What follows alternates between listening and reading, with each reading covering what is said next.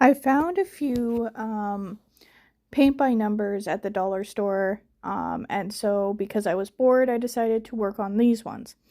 And I had an idea. I know it's not my own, but I don't think I'd seen many people do it before, to put some extra white paint into these cheap paint pots, to kind of thicken up the paint a little bit and make it a little more pigmented, and make it easier to paint with.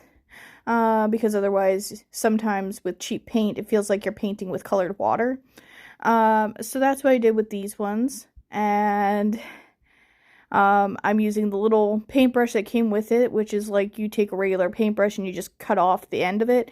So it's not the easiest to get into details and everything, but it's better than the cheap little plasticky ones that a lot of craft kits supply. So, there's that. And I had a few, so I'm doing multiple paint by numbers in the same kit. I did find that in the example, it says do the eyes and the mouth with black and no black paint. They didn't supply you black paint in the kit, so I just used a paint marker to do so. And now I'm using whiteout on the edges because that's where I offloaded paint from the brush. It's not perfect, but it works. And here I am using a paint marker to outline everything here as well. So, and to re-outline everything. So the next one I do is a little whale creature thing. And so again, I'm putting white paint. It's by the Deco Art brand. It's acrylic painting paint or acrylic paint by Deco Art. And it's white paint that I put in there just to thicken it up a little bit.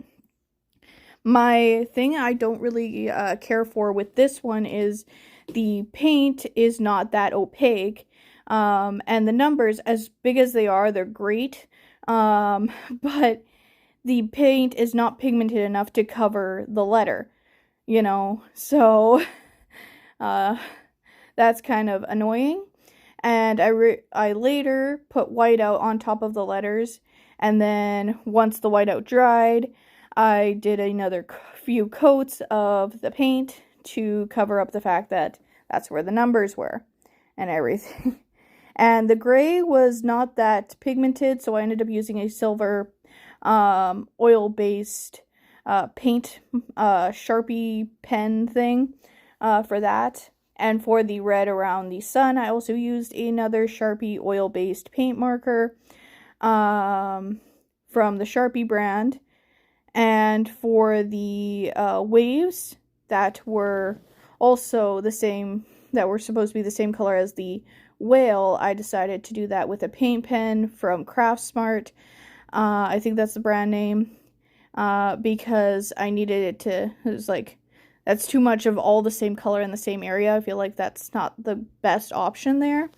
So for the waves, I used paint pens as well, and everything. So there's that. And yes, I know I got out of the lines a smidgen, but you're going to ignore that because that's what outlines are for. The black outline helps fix the problem of accidentally getting outside of the lines.